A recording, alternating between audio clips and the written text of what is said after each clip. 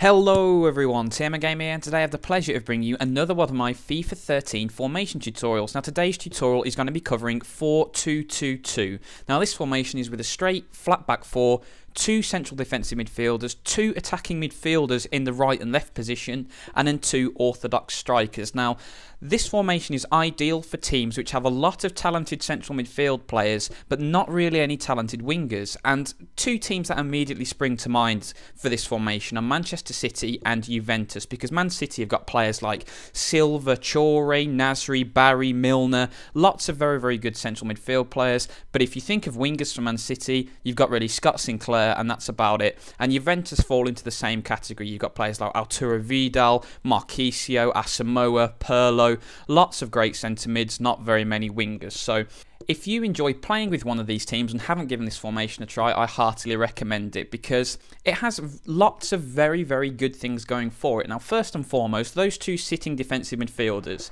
What happens when these two guys sit in defence is that you're basically presenting the enemy with a very solid defensive wall that's very difficult to break down, because you've got that flat back four, which means the flanks are protected, and then you have these two guys, which in the case of Man City is Barry and Chore. Those are the two players I like to play, and they sit in very deep, making it very difficult for you to break down. And you see several examples here of when either Barry or Chore can sweep in, protect the back four, and then move the play forward. But when you do win the ball, the great thing is with this formation, it really does lend itself to open passing football, because the two central attacking midfielders aren't in traditional winger roles. What happens is they tend to cut inside, come into the middle of the field, and make little triangles with your central defensive midfielders. So what tends to happen is you can ping the ball around, you can pass it very nicely, pull defenders out of position, and then slot players in.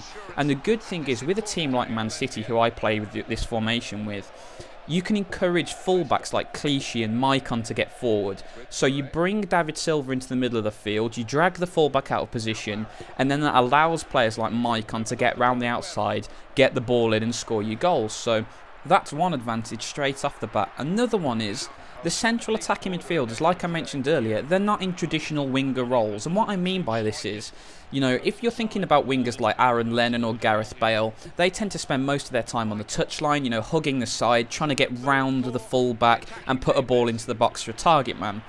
These two players in these two advanced positions play completely differently.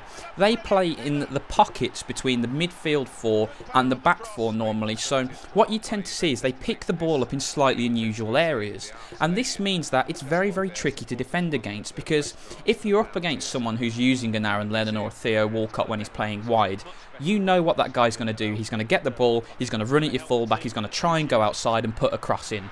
However, the great thing about 4-2-2-2 is your players are going to pick the ball up in situations your opponent isn't used to dealing with, because the vast majority of players play with either orthodox wingers or orthodox central midfielders, not this sort of hybrid position in between. So the fact that you have two of these guys on the pitch can really confuse your opponent. And you can see with the several clips here, when I pick the ball up with these attacking midfielders in the slightly wider positions, it confuses my opponent, it drags his defenders out of position, and then opens up space for the fullbacks to come inside, or for a striker to drop deep and pick the ball up. So you have a plethora of attacking, passing options with this formation, all because of the tricky nature of your two central attacking midfielders, who tend to drift. They drift wide, they come in field, they're very difficult to pick up. However, this formation does have a couple of weaknesses, and the first one is linked in with its strength. And this sounds a bit strange, but I've spent the last couple of minutes talking about how the unusual positions that your players take up can affect your opponent. But equally, when you're on the attack, you don't have a traditional central attacking midfielder in the middle of the pitch to act as a linchpin. Now, what I mean by this is when you're playing a formation like 4-2-3-1, that's the one that immediately springs to mind, or something like a 3-5-2, you have an orthodox, basic central attacking midfielder in the middle of the pitch occupying space, and what he tends to do is the ball will get played in and he'll act as the orchestrator of your attack. He'll spray the play, he'll try and slot a striker in, or if it's too narrow, he'll play the ball out to a winger and you can go wide and put a cross in. So he's a very key player.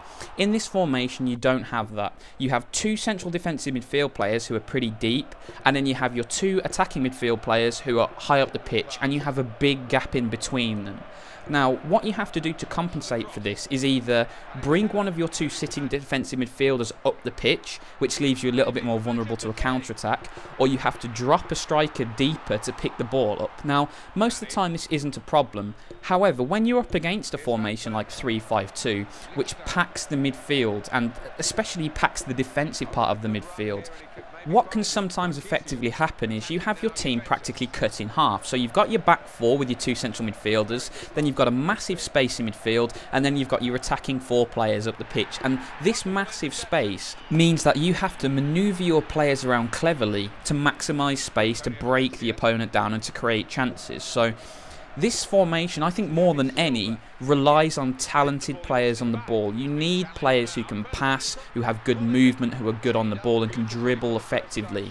Because if you don't have that, you can get a lot of attacks stymied very, very early on. So you'll play the ball in, your guy will miscontrol it because there's no one around him to have a quick, easy pass. A defender will sweep in and the attack will break down before it's even started. So while this is a very effective formation, especially when you use it correctly, it is pretty easy to defend if you're up against a team that know what they're doing and can shut down the links between your players and can isolate those players, because there isn't an easy get-out ball if you're a central attacking midfielder under pressure. You can't just roll it into a central midfielder or roll it into the feet of the striker. You have to manoeuvre your players around efficiently to make this formation work. So that's the real downside of it. This is a formation which, when used correctly, is absolutely devastating, because not a lot of people use it at all, and even fewer of those people use it correctly. So when you do use it correctly, you can tear teams apart, and there's been several times where I've used this formation and just ripped a team to shreds because they're not used to people playing in this style. However, when you do come up against an opponent who can shut you down, it's very, very difficult to get something going with this formation, because you're relying on those links between your players and the clever movement and the good short passing to rip a team apart.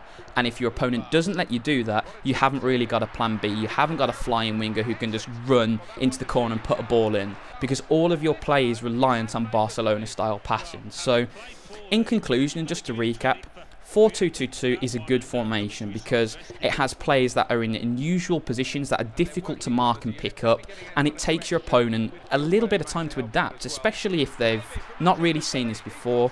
You will run into opponents who are just completely clueless and you're blowing them apart. However, it relies on very nuanced styles of attacking. You have to pass, you have to move well, you have to have good players on the ball. This isn't a formation you can play with a 3-star team, for example. I wouldn't recommend it at all.